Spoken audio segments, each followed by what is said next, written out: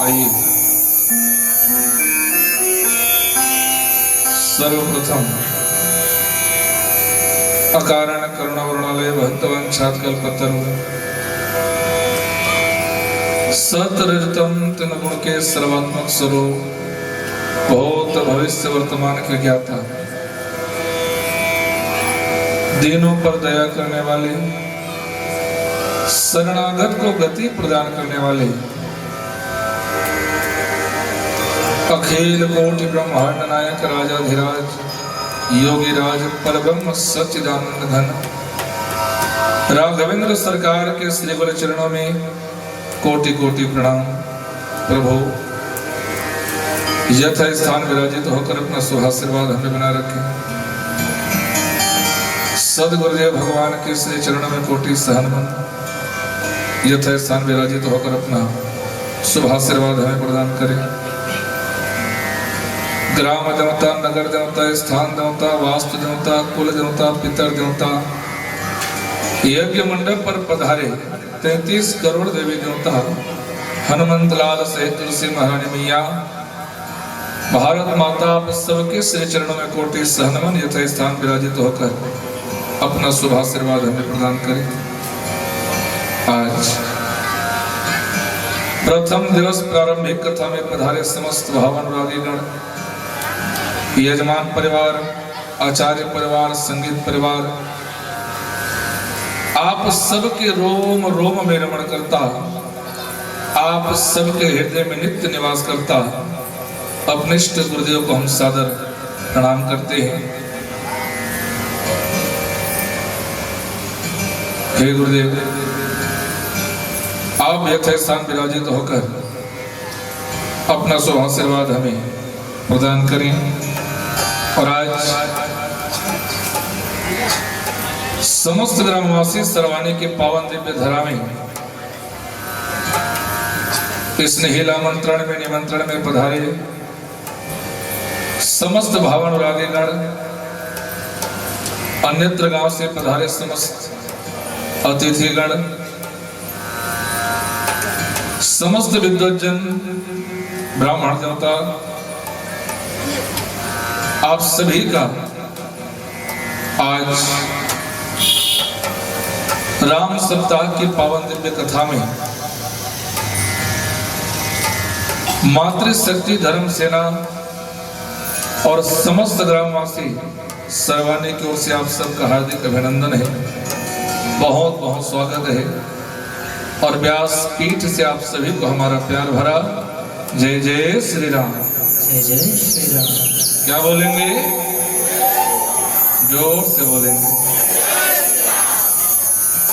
ये राम का देश है और हम राघवेंद्र सरकार की संतान है।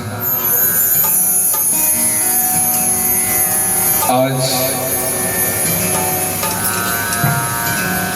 परम सौभाग्य रहा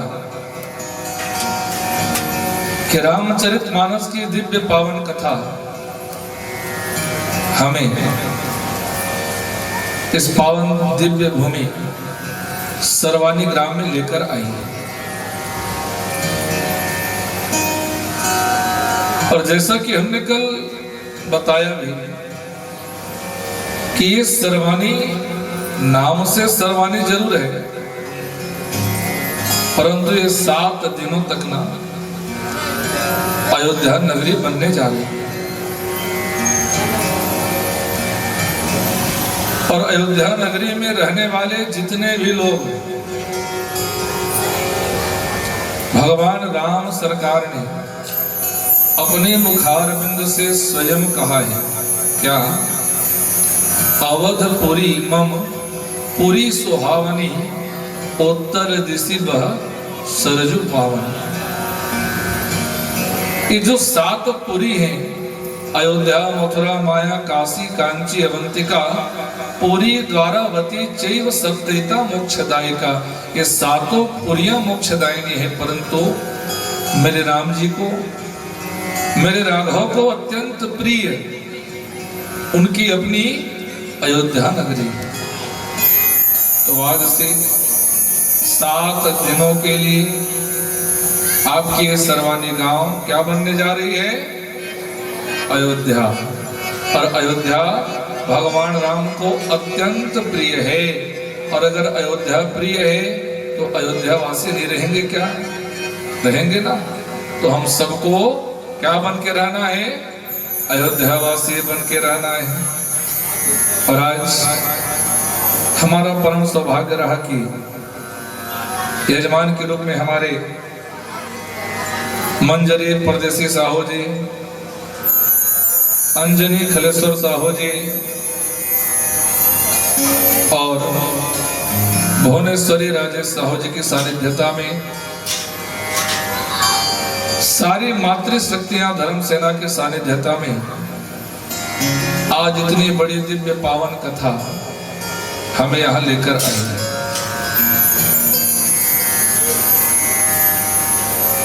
भगवान को पाने के लिए सबसे पहला जो मार्ग है वो मार्ग है भक्ति का। इसका भक्ति। और भक्ति क्या है? एक स्त्री के पुरुष है जी। आओ मड़वरा नहीं हो, सुना था कि नहीं? ये जो भक्ति महारानी है वो स्त्री है कि पुरुष है? पुरुष है ना, स्त्री है। और भक्ति एक ऐसी स्त्री है जिसकी दासी चरण की सेवा करने वाली कौन?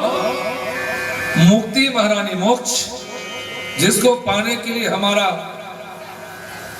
जन्म बीत जाता है। ना जाने कितने जन्मों का हमें सामना करना पड़ता है, बार बार जन्म लेना पड़ता है, बार बार मरना पड़ता है केवल मुक्ति को पाने के लिए।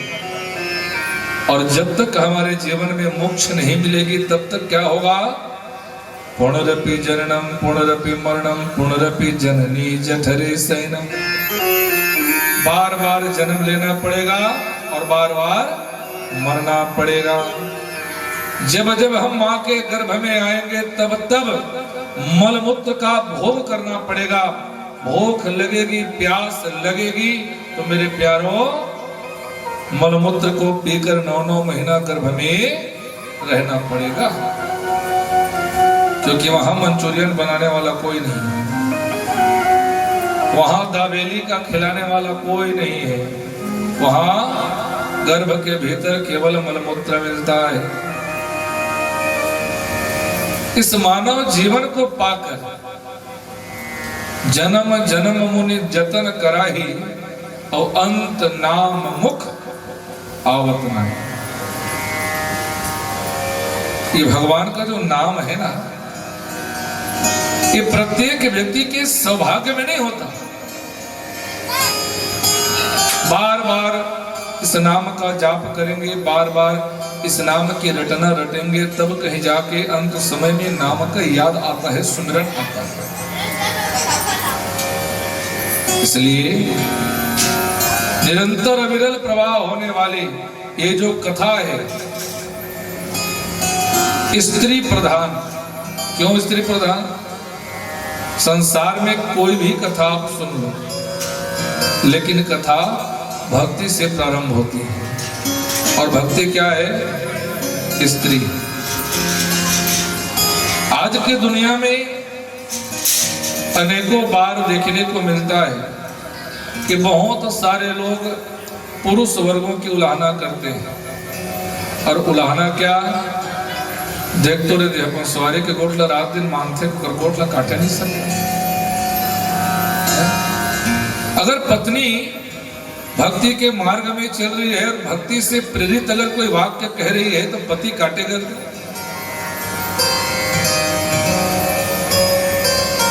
हम अपने आप को सनातनी कहते हैं, हम अपने आप को हिंदुवादी कहते हैं। आज तक कभी आप लोगों ने पता लगाना चाहा कि सीता राम क्यों कहा जाता है, राधे श्याम क्यों कहा जाता है, उमा महेश्वर क्यों कहा जाता है, लक्ष्मी नारायण क्यों कहा जाता है? लिखने में तो महाराज बड़ा अच्छा लगता है, कहने में तो महाराज बड़ा अच्छा लगता है, लेकिन पत्नी के बताए हुए सदमार्ग पर पति चले तो दुनिया उंगली उठाकर हंसने लगती है। यहां जितने लोग बैठे हैं भगत भक्त लोग, ब्रह्मा विष्णु महेश को बालक किसने बनाया? अनसुईया ने, सबको पता है ना। पत्नी किसकी? अत्रि महाराज की। अत्रि ने बनाया क्या? नहीं, तो किसने बनाया? अनसुईया ने। और क्यों बनाया? पतिव्रत धर्म के पीछे। अगर पत्नियों का मान है, पत्नियों का सम्मान है, पत्नियों का सत्कार है, पत्नियों की मर्यादा है, तो केवल पति के पीछे।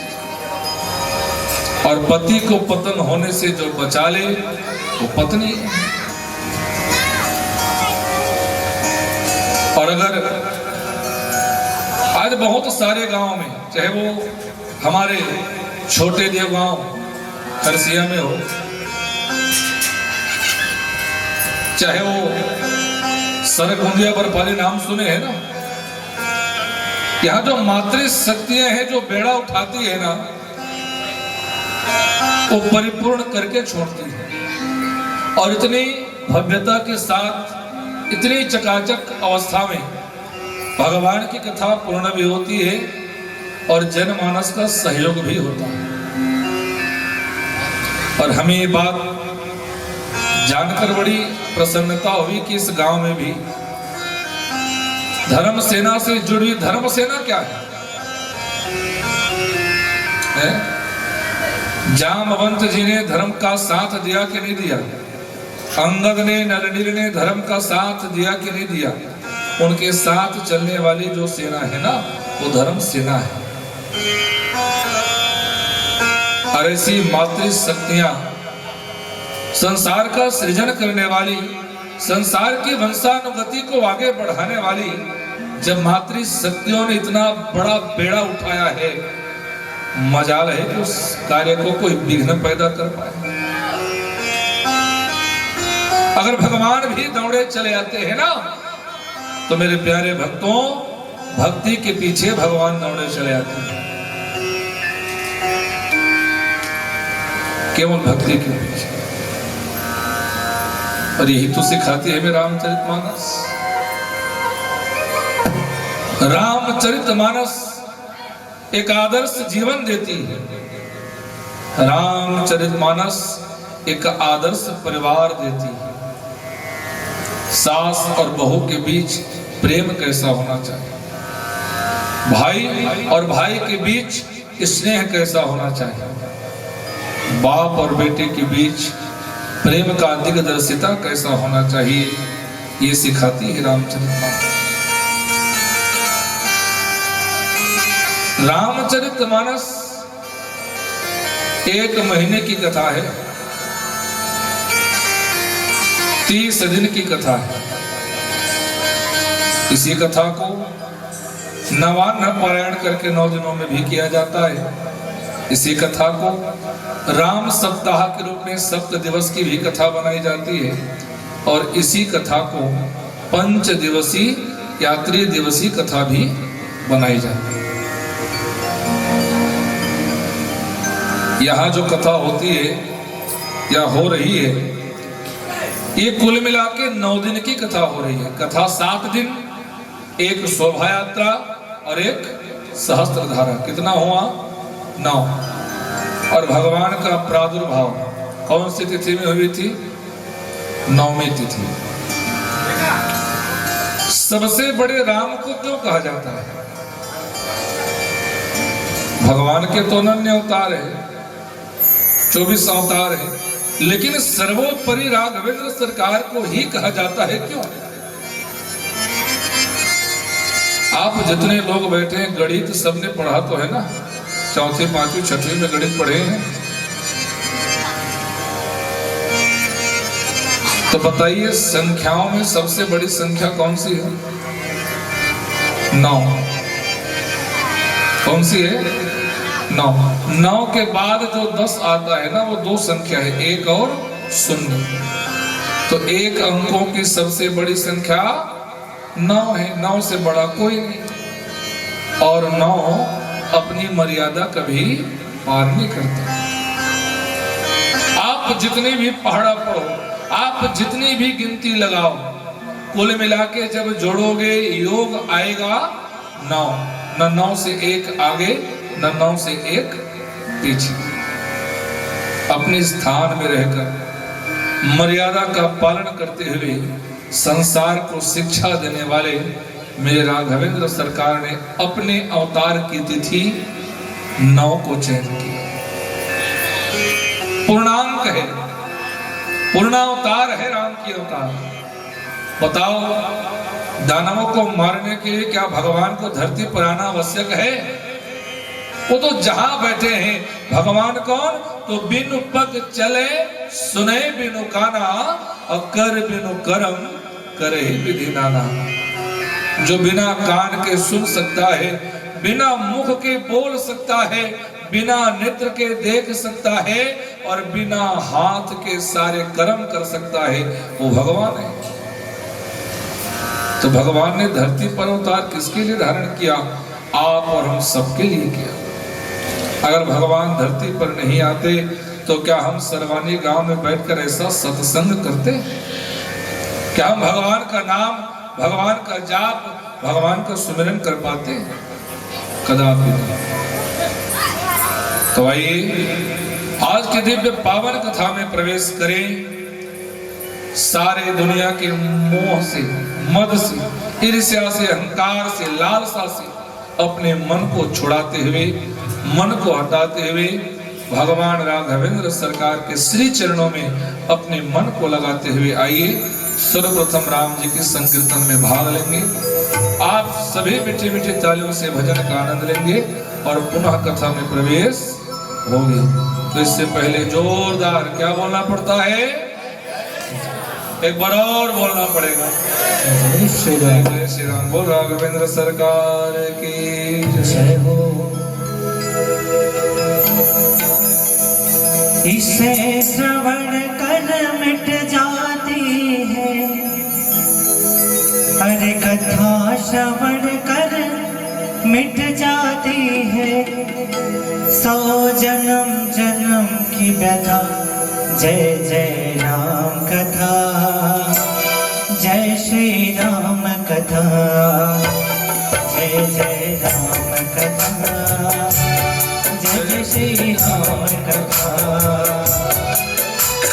इसे श्रवण कर मिट जाती है, कथा श्रवण कर मिट जाती। 100 जन्म जन्म की व्यथा, जय जय राम कथा, जय श्री राम कथा, जय जय राम कथा, जय श्री राम कथा।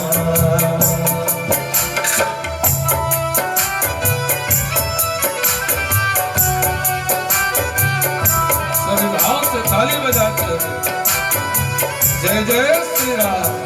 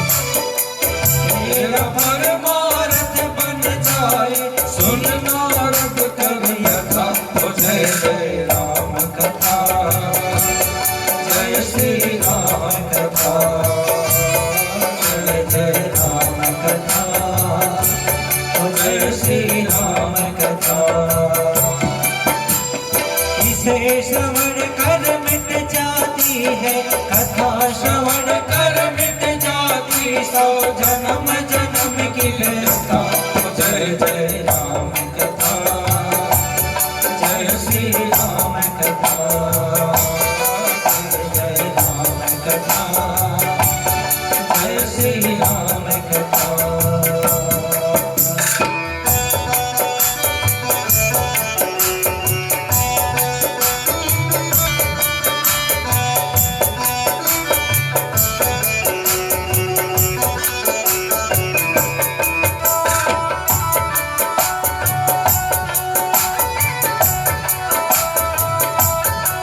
राघव जय श्री राम महामोह महिषेष विशाला राम कथा कालिका कराला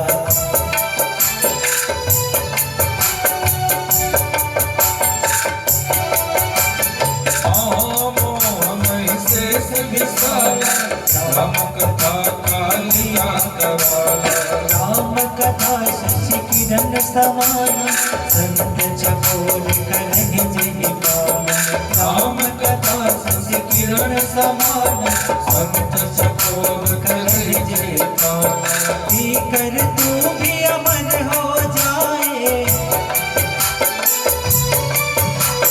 पी कर तू भी अमर हो जाए श्री हनुमंत यथा जय जय राम कथा जय श्री राम कथा जय जय राम कथा जय श्री राम कथा इसे श्रवण कर मिट जाती है इसे श्रवण कर मिट जाती सौ जन्म जन्म की गाइए जय जय राम कथा जय श्री राम कथा जय जय राम कथा जय श्री राम कथा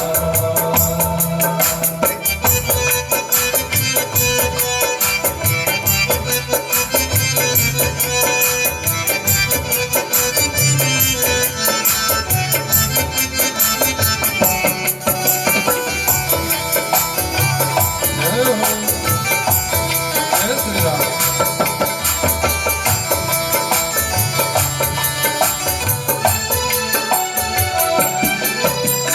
राम कथा कवि विटप कुठारे सागर सुन गिरिराज कुमार राम कथा कवि विटप कुठारे सागर सुन गिरिराज कुमार राम कथा सुंदर करतारी संशय निरंतर उड़ावे तेरा सब संशय भागेगा तेरा सब संशय भागेगा वहाँ पर्वत कर यथा जय जय राम कथा जय श्री राम कथा जय जय राम कथा जय श्री राम कथा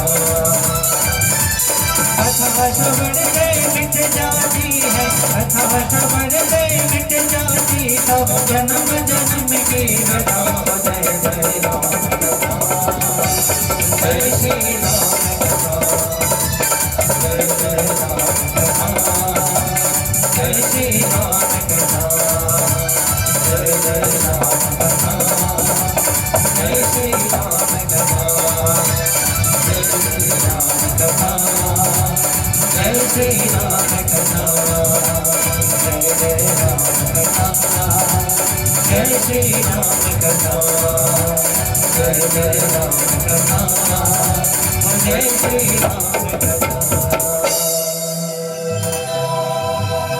इसे श्रवण कर मिट जाती है कथा श्रवण कर मिट जाती सौ जन्म जन्म की व्यथा हो जय जय राम कथा जय श्री राम कथा रामचरितमानस। और सबसे पहले बाबा तुलसीदास जी महाराज ने कितनी कठिन परिस्थितियों में आप लोगों को तुलसीदास जी महाराज के इतिहास पता है? आप विचार करो कि ये सरवानी गांव किसी ऐसे डाकू चोर लुटेरे के कब्जे में है जिनको भगवान की भक्ति पसंद नहीं, जिनको भगवान की कथा पसंद नहीं, जिनको भगवान का नाम स्मरण पसंद नहीं, 24 घंटा हाथ में कट्टा लिए, बंदूक लिए, तलवार लिए घूमता है। तो बताइए इतनी धूमधाम से क्या हम राम कथा कर पाते? क्यों संत राम जी, मनोज जी, इतने धूमधाम से कथा हो पाती क्या? अगर इस गांव में लुटेरों का कब्जा होता, डाकुओं का कब्जा होता, तो क्या हम भगवान की कथा में बैठ पाते? सोचो जरा उस तुलसीदास के विषय में। 1526 सन में एक ऐसा अत्याचारी ताई आया और मात्र 2 वर्ष के यहां गुलाम बनाकर सन 1528 में हमारे राम मंदिर को तोड़वा दिया।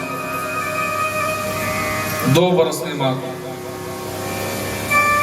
1526 में आया और 2 वर्ष में ऐसा कब्जा जमाया भारत भूमि में, इस भारत के धरती में। और 2 वर्ष में आकर कब्जा जमा कौन सकता है जिसमें हमारे हिंदू ही दलाली करने को बैठ जाए, जिसमें हमारे सनातनी ही अपने आत्म सम्मान को बेचने पर मजबूर हो जाए, तब ऐसा कोई अत्याचारी अत्याचार कर सकता है। 1528 में भारत भूमि से सारे मंदिरों को तोड़वाना चालू कर दिया। सारे देवी सारे देवताओं का स्थान तोड़वा के, फोड़वा के, जलवा के नष्ट करने का प्रारंभ करने लगा। और उसी बीच सन 1554 में एक ऐसा संत मां हुलसी, एक ऐसा संत भारत भूमि को दे गई। जन्म के 6 दिन के पश्चात उस मां का देहावसान हो गया। इतना बड़ा वेदाचार्य, इतने बड़े ज्योतिष के ज्ञाता रहे आत्माराम दुबे जी महाराज। बेटा पैदा हुआ और पैदा होते ही बेटे ने राम कहा। क्या उस पिता को पता नहीं होगा कि राम कौन है? लेकिन उस पिता पर मोह चढ़ा एक नारी का। बेटा 12 महीने में पैदा हुआ, 32 दांत लेकर पैदा हुआ और जन्म लेते ही क्या बोला? राम। और राम बोलने के कारण नाम राम बोला रखा गया। तो पैदा हुआ और 6 दिन के भीतर अपनी मां को खा गया। उस पिता ने ग्रहण किया, अपने दिमाग में कंठस्थ कर लिया। उन्हें क्या उपाधि मिली? चतुर्वेदी का। 3 वेदों तक जो पहुंच पाया उन्हें उपाधि मिला त्रिवेदी का। मात्र 2 वेदों तक रह पाए उन्हें उपाधि मिला द्विवेदी का। केवल जो शास्त्र को पढ़ के मंथन करने लगे उन्हें उपाधि मिला शास्त्री का।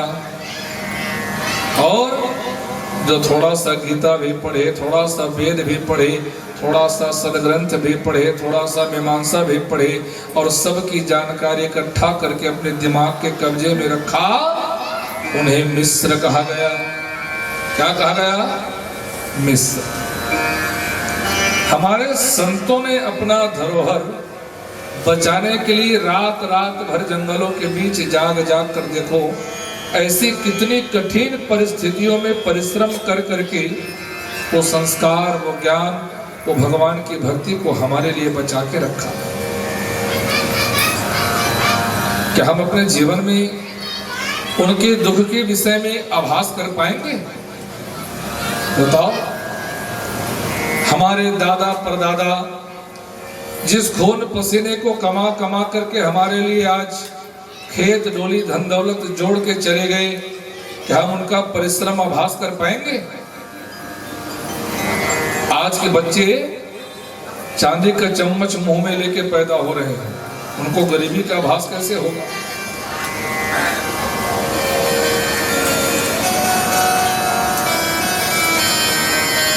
मैं दुनिया वालों को बात हमेशा कहता हूं, हमेशा वो बात सिखाता हूं कि भैया आपका बेटा धन दौलत कमा लेगा, कहीं ना कहीं से अपने जीवन का गुजारा चला लेगा। ये पेट जब भूख मरता है ना तो दिमाग खोपड़ी अपने आप काम कर जाती है कि पेट को कैसे पालना है। ये बड़ी बात नहीं है। आज के समय में KG1 का, KG2 का, नर्सरी का, कक्षा चौथी का, 5वीं का बच्चा भी 98% आ रहा है, 97% आ रहा है। कोई बड़ी बात नहीं।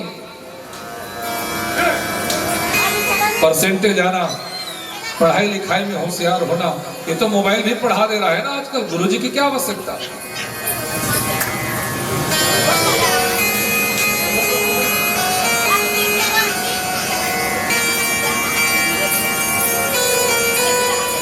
लेकिन हाँ, आज हम जितने अपने आप को पढ़े लिखे कहते हैं ना, उतने ज्यादा संस्कार से दूर होते जा रहे हैं। घर का क्या मान मर्यादा है, घर की क्या व्यवस्था है, हमारे दादा परदादा जिस संस्कार को व्यवस्थित करते करते करते चले गए, आज हम उस संस्कार को बचा नहीं पा रहे। आज का पढ़ा लिखा बेटा, आज का पढ़ा लिखा वो पुत्र, इसीलिए मैं कहता हूं कि बच्चों को कथा में लेकर आओ, बताओ ईमानदारी से। आज का हायर एजुकेशन में पढ़ा हुआ बेटा, आज की हाई प्रोफाइल एजुकेशन में पढ़ी हुई बेटी, क्या अपने पूरे परिवार को पहचानती है? क्या गांव में अपने भिराही, अपने समाज के लोगों को जानती है? क्या वो बेटा जो रायपुर में, बिलासपुर में रह के पढ़ाई कर रहा है, क्या अपने पूरे समाज को जानता है? किसका दोष है? उस बेटे का जो बिलासपुर में, रायपुर में, दुर्ग में, भिलाई में रहकर या दिल्ली बॉम्बे में MBA की पढ़ाई करके हाई एजुकेशन बटोर रहा है, उसकी गलती है या उसे वहां भेजने वाले उस माँ बाप की गलती है? आपने सब कुछ दिया, पढ़ाया लिखाया, धन दौलत अपने बेटे को दिया, लेकिन क्या आपने अपने कुल, अपने खानदान, अपने पूर्वजों का वो धरोहर संस्कार अपने बेटों को दे पाया?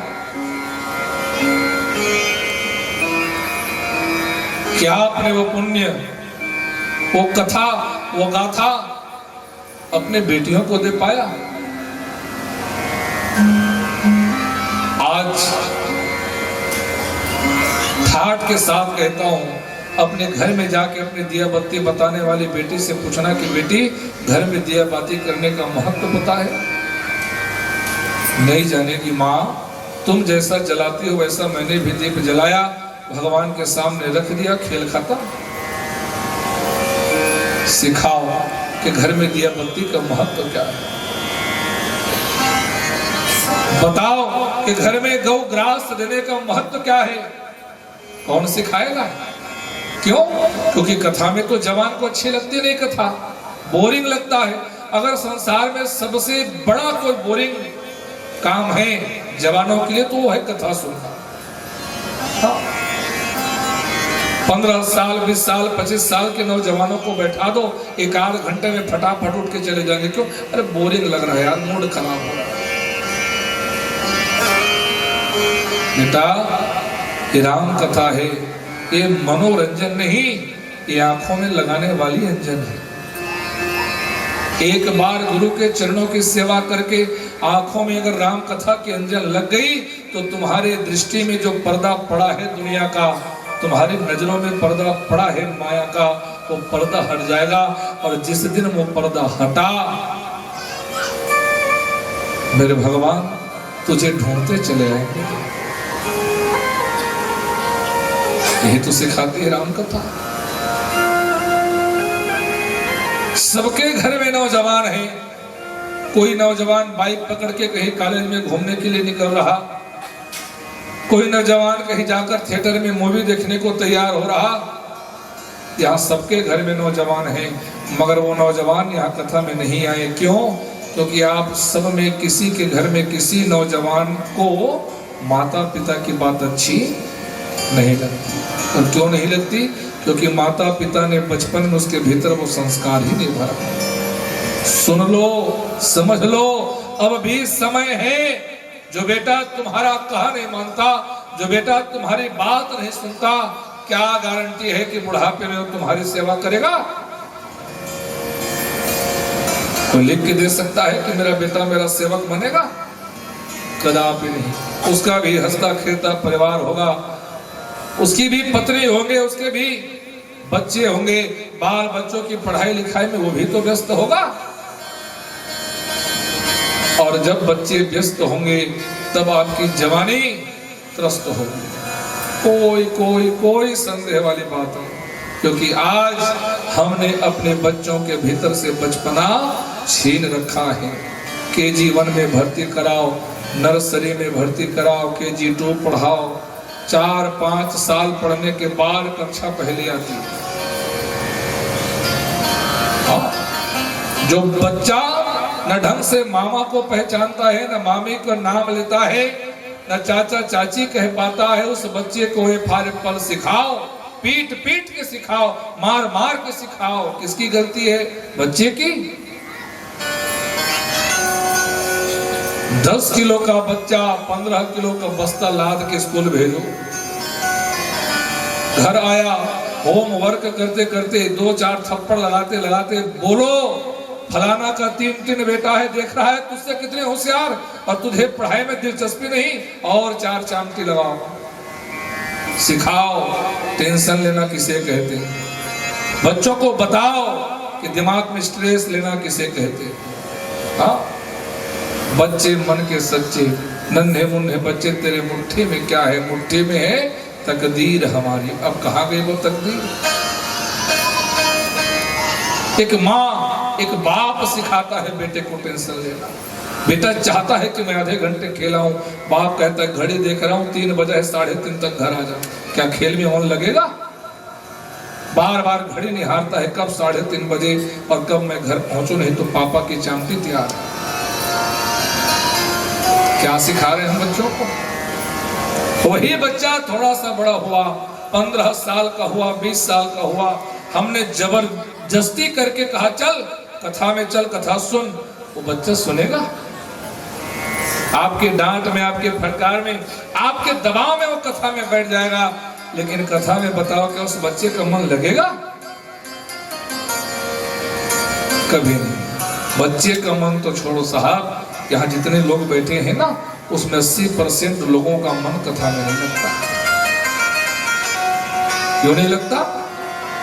क्योंकि हम जितनी ज्यादा माया में घुसे हैं ना, जितनी ज्यादा माया में लिपटे हैं ना, उतनी ज्यादा दूर हमसे भगवान की कथा है, समझ लेना।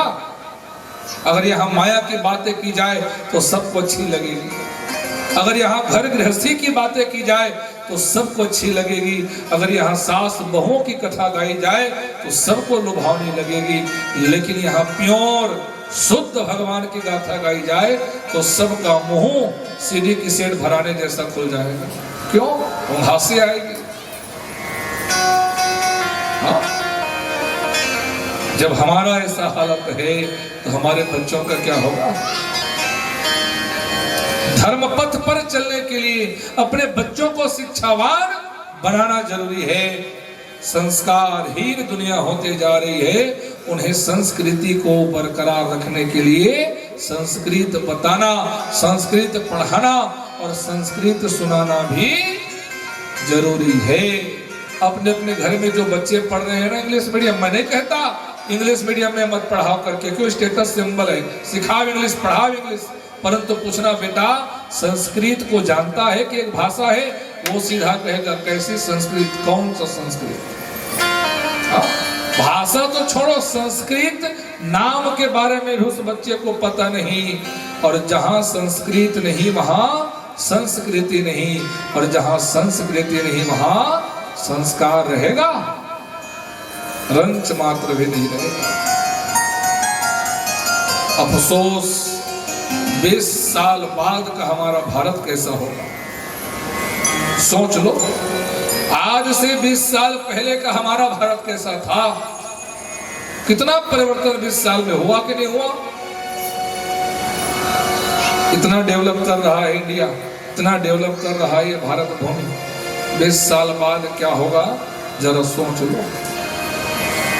और बाबा तुलसी दर बदर भटकते हुए अत्याचारी आताताइयों के से छिप कर बचकर सन 1631 में काशीपुरी पहुंचे। काशीपुरी में भी इसी घाट से उन्हें बाहर निकाल दिया गया। रात रात को जाकर वो चुपचाप वृक्ष के नीचे वो सारी प्रबंध किया करते थे, लेखनी लिखा करते थे। दुराचारियों ने मारने के लिए कुछ उपद्रवियों को भेजा। उपद्रवियों ने देखा कि जिस कुटिया में बाबा रहते हैं ना, उस कुटिया में धनुष बाण लेकर 2 राजकुमार बाबा की रक्षा कर रहे हैं। देखकर मन परिवर्तन हो जाता, जाकर बाबा के चरणों में लौट जाते, प्रभु आपकी कैसी महत्ता, आपके घर के बाहर तो राजकुमार रक्षा कर रहे हैं। बाबा तुलसी झट से दौड़ के निकलते तो बाहर कोई नहीं। बाबा की लालसा हुई, हनुमान जी से निवेदन किया कि प्रभु मैं एक बार देखना चाहता हूं मेरे राघवेंद्र सरकार को, जिसकी मैंने रचना रची है। अब बताओ, इतने बड़े सदग्रंथ को रचने वाले बाबा तुलसी ने इच्छा जाहिर किया। हनुमान जी ने कहा कल दोपहर का समय होगा, आएंगे राम लक्ष्मण तुझे दर्शन देने। अब बताओ, हम जिस राम के दीवाने हैं, हनुमान जी ने बाबा तुलसी से कह दिया कि कल दोपहर को 2 राजकुमार तुझे दर्शन देंगे तुलसी। तो राम और लक्ष्मण दोपहर के समय बाबा तुलसी को दर्शन देने आए। अर्थात आज भी कांटेक्ट हनुमान का राम और लक्ष्मण से है। ये कलयुग की तो घटना है ना। मैं जो बात बता रहा, ये सतयुग की तो बात नहीं है, कलयुग की बात है। और कलयुग में ज्यादा दिन की नहीं, सन 1631, 400-500 साल पहले की बात बता रहा हूं। 2 नवयुवक अश्व पर सवार होकर, घोड़े पर सवार होकर आए। बाबा तुलसी की आंखें चौंधिया गई, इतना चेहरा चकमकाहट था दोनों राजकुमारों का। जैसे नजदीक पहुंचे तो जैसे सूर्य चमकता है ना, सूर्य कुल के हैं दोनों, जैसे सूर्य चमकता है वैसे चकमकाहट भर गया। तो बाबा तुलसी की आंखें चौंधिया गई, आंखें बंद हो गई। जैसे आंखें खुली तो पीछे बहुत दूर चले गए थे राजकुमार। बाबा रोने लगे, भगवान मेरे भाग्य में तेरा दर्शन नहीं लिखा क्या। और जाते जाते हनुमान जी के पास फिर से रुदन करने लगे। हनुमान जी ने कहा जा, कल पुनः भगवान दर्शन तुझे देने आएंगे चित्रकूट के घाट में। तब बाबा तुलसीदास जी चित्रकूट के घाट में बैठे हैं। चित्रकूट के घाट में भय संतन के भीर, तुलसीदास चंदन घिसे अब तिलक दे रघुबीर। फिर भी बाबा तुलसी समझ नहीं पाए। अब बताओ, जिसने रामचरितमानस की रचना कर दिया, इतने बड़े सदग्रंथ को दुनिया में प्रसार कर दिया, उनको जब राम जी का दर्शन साक्षात्कार न हो सका तो हमें होगा क्यों जी? हमें होगा, संभव है। हम तुलसीदास से पवित्र हैं, हमारी नजरें बाबा तुलसी से ज्यादा पुण्यशाली है। हमारी नजरों में तो काम भरा है, हमारी नजरों में तो क्रोध भरा है, हमारी नजरों में तो लालसा भरी है, वासना भरी है। कहां से भगवान दिखेंगे? इसलिए केवल इतना सोचो कि भगवान आपका साक्षात्कार ना हो कोई बात नहीं, आपका दीदार ना हो कोई बात नहीं, परंतु आपका आशीर्वाद सदैव सदैव हमारे ऊपर बना रहना चाहिए। और तब काशीपुरी में, काशी बाबा भी सुनात बैठते हैं काशी में। कल सुनना, जब भोलेनाथ की बराती की कथा आएगी ना, कल भगवान भोलेनाथ की कथा आएगी ना, तो सुनना काशी क्या है। उसी काशी में सारे सदग्रंथों को अनेक अनेक भाषाओं में अनेक अनेक रामायण की रचना हुई थी, और सबसे नीचे बाबा तुलसी का रामायण। कपाट बंद किया और जैसे कपाट खुला तो सबसे नीचे का रहने वाला रामचरितमानस सबसे ऊपर में, और जैसे खुला एक नाद, एक ध्वनि भीतर सुनाई पड़ी, ओम। और जैसे कपाट खुला तो सबसे ऊपर हस्ताक्षर किसका? भोलेनाथ का। सत्यम शिवम सुंदरम, सत्य ही शिव है और शिव ही सुंदर है। तब बाबा की ये ग्रंथ दुनिया में प्रचार होने लगी, प्रसार होने लगी। बाबा के साथ 2-4 व्यक्ति और मिलजुल कर, उस समय मोर की पंख को स्याही में डुबा डुबा कर लेखनी किया जाता था। उस समय प्रिंटिंग मशीन नहीं आई थी। कितनी कठिन परिस्थितियों में बाबा ने इतने बड़े ग्रंथ का प्रचार किया, प्रसार किया, जरा सोचो। और बाबा ने उस ग्रंथ में, सदग्रंथ में सबसे पहली स्तुति किसकी गाई?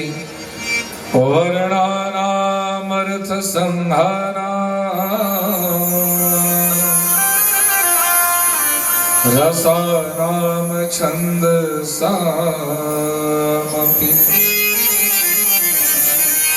मंगलानाम च कर्तारो वंदे वाणि विनायक।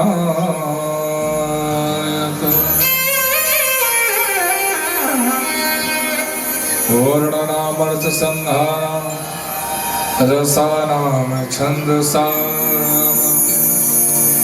सारे वर्णों में, अर्थों में सर्वोपरि कौन है? रस को प्रदान करने वाली, वाणी में रस पैदा करने वाली कौन? शारदा मैया सरस्वती। बाबा तुलसी ने रामचरितमानस के अंतर्गत सबसे पहली प्रार्थना किसका किया? सरस्वती जी का किया। और दूसरा, मंगला नाम च कर्तारो। मंगल, और मंगल के करने वाले सबसे बड़े प्रधान देवता कौन है जी? 33 करोड़ देवताओं में सबसे बड़े कौन? फोटो हो, ठक ले बैठे दई हो। 33 करोड़ देवता में सबसे बड़े कौन है? जय गणेश जय गणेश जय गणेश देवा, माता जाकी पार्वती पिता महादेवा। तो मंगल क्या करते हैं? एक दंत दयावंत, 4 भुजाधारी, माथे पर तिलक सोए, मूस की सवारी। तो मंगल वाला काम क्या करते हैं गणेश जी? अंधन को आंख देत मंगल करते हैं ना, कोढ़ीन को काया, और बांझन को पुत्र देत, और निर्धन को माया। तो मंगल करते हैं ना, करते हैं कि नहीं करते? इसीलिए तो पान चढ़े, फूल चढ़े और चढ़े मेवा। तो मंगल के करने वाले कौन? गणेश जी महाराज हैं। सबसे पहले सरस्वती की वंदना, जो वाणी में मिठास पैदा करती है, और दूसरा विवेक के प्रदाता, बुद्धि के सबसे बड़े सार तत्व को ग्रहण करने वाले गणेश जी महाराज की स्तुति गाथा गायन किया है। चरणों की वंदना तुलसीदास जी महाराज ने किया है। और तीसरी वंदना बड़े भाव से सुनना। भवानी शंकरो वंदे श्रद्धा विश्वास रूपिणा, याभ्याम विना न पश्यन्ति सिद्धा स्वान्तास्थमीश्वरम्। यहां पर ना भवानी को पूजा गया है ना शंकर को। तो बड़ा गजब कह दिया महाराज। तो फिर पूजा किसको गया है? क्यों जी? भवानी शंकरो वंदे। अब यहां पर थोड़ा सा संदेह आता है। श्रद्धा विश्वास रूपी न माने श्रद्धा और विश्वास रूपी भवानी शंकर की आराधना हुई। क्यों हुई है? श्रद्धा और विश्वास को भवानी शंकर कहा गया या भवानी और शंकर को श्रद्धा विश्वास कहा गया? बताओ, दोनों अलग अलग बात है। भवानी शंकरो वंदे श्रद्धा विश्वास रूपिणो। श्रद्धा और विश्वास ये कभी मरते नहीं। शंकर भगवान की मृत्यु कभी सुनी है? पार्वती की मृत्यु कभी सुनी है? अगर इस ब्रह्मांड में अजर अमर अटल कोई रहने वाला है तो भगवान भोलेनाथ और गुरु मां पार्वती है। तो श्रद्धा कौन? भवानी पार्वती। तो पार्वती भी अजर अमर है। और पार्वती किसमें बैठती है? महोदय हो, पार्वती कहाँ में बैठते? वो भगवा मां। भगवा खूंखार है कि नहीं है? और भगवा कहाँ रहता है? जंगल में। ये संसार जंगल है। क्या है? घोर घनघोर जंगल है ये संसार। और इस संसार में खूंखार बाघ जैसे बहुत सारे जानवर है जो समय निहारते हैं कि कब आपको खोखल खाए, कब आपकी बुराई करे, कब आपकी चुगली करे, कब आपकी निंदा करे। कोई समझ नहीं पाएगा। वो बाघ है जो आपके मांस नोचने को तैयार खड़े इस जंगल में। लेकिन श्रद्धा अटल है, अजर है, अमर है। और वही श्रद्धा को बैठा दो उस बाघ के ऊपर इस घनघोर जंगल के बीच। समझ रहे हैं ना? और जब उस बाघ के भीतर आपका अटल श्रद्धा, अटूट श्रद्धा जब बैठ जाती है तब विश्वास रूपी महादेव मिलते हैं। और विश्वास रूपी जो महादेव है, शंकर हैं, भोलेनाथ हैं, वो किस पर बैठते हैं? बैल पर, नंदी पर। और सुने हैं भागवत की कथा। जब परीक्षित जी महाराज गए कुरुजांगल प्रदेश में तो वहां पर एक गैया और एक बैल मिले थे। गैया रो रही थी और बैल एक पांव से खड़ा था। पूछा परीक्षित ने, तुम कौन हो? तो गैया ने कहा, मैं धरती हूं। और एक पांव से खड़े होने वाले बैल ने कहा, मैं धर्म हूं। कहा था। भागवत सुने कि नहीं सुने? हो गए हो एक पांव में खड़े। और पांव कोने? तदान। सतयुग में सत्य गया, त्रेता में तप गया, द्वापर में पवित्रता चली गई, कलयुग में केवल दान बचा है। तो बैल कौन था? धर्म। बैल कौन था? धर्म। और भोलेनाथ किस पर बैठते हैं? बैल पर, नंदी बैल पर। और वो नंदी क्या है? धर्म है कि नहीं है? तो फिर अर्थ क्या समझे? धर्म के ऊपर सवार होता है विश्वास। जो धर्म के राह पर चलते हैं ना, जो धर्म के साथ चलते हैं ना, वो हड़बड़ा सकते हैं, लड़खड़ा सकते हैं, परंतु कभी भी टूट नहीं सकते, कभी भी डूब नहीं सकते। क्यों? क्योंकि धर्मो रक्षति रक्षिता। आपने धर्म का साथ दिया, धर्म की रक्षा के लिए दुनिया भर की बातें सुनी, धर्म को निभाने के लिए दुनिया भर की उलाहना सुनी, तो धर्म कौन है? साक्षात भगवान है। तो क्या वो भगवान आपका साथ नहीं देंगे? बताओ। जब जब गांव में नवधा होती है, जब जब गांव में दुर्गा उत्सव होता है, जब जब गांव में कोई सार्वजनिक उत्सव होता है तो घरों घर जाके चंदा मांगना पड़ता है कि नहीं पड़ता? बताओ, मातृशक्तियों ने भी तो यहाँ चंदा मांगा होगा ना।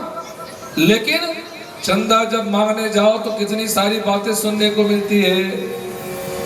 कोई कहते हैं औकात नहीं तो कावा करवा था, अब कोई कहते हैं तय करवा था तो भुगत मार तय जा। और कोई कोई क्या कहते हैं, जाना तो खेतला बेलदार में करवा दो मैंने चकाचक होशियार बनो सकता। माने कितनी सारी बातें सुनने को मिलती है। केवल एक यज्ञ की बात नहीं, सारे यज्ञों में, सारे कथाओं में और सारे गांव में। हाँ, 2-4 लोग जो होते हैं ना, वो पैदा ही हुए होते हैं काटने के लिए। उसमें हड़बड़ाना मत, उससे घबराना मत, क्योंकि तुम अपने लिए नहीं उस जगत पिता परमात्मा के लिए मांगने गए हो। अपने लिए मांगने गए हो क्या? कि नौलखा बनवाएंगे, करंट फूल बनवाएंगे? किसके लिए मांगने गए हो? उस परम पिता की गाथा के लिए, उस परम पिता की कथा के लिए।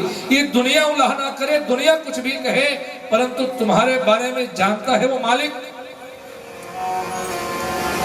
तुम्हारी उस चंदा वसूली को देख रहा है मेरा भगवान। भगवान भी विचार करते हैं कि बेटी, मेरी कथा के खातिर, इस दुनिया में मेरी प्रचार प्रसार के खातिर तुमने दुनिया भर की उलाहना सुना, किसी किसी की कठोर वाणी को भी श्रवण किया। जा, जिसने तुझे कठोर वाणी कहा उसके भाग्य का पुण्य भी मैं तेरे नाम कर देता हूं। जितने कठोर वचन कहने वाले होते हैं ना, अघवा बनत सब तई भोगा जा। तो कहोया कि जिनका पुण्य सुन लेवा ओकर आधा पुण्य होकर मैं चल देते जला सुनात रहते तेतर और जिला जिला पुण्य ला सिरवाए में होई थे कहिया अमर का जाएगी।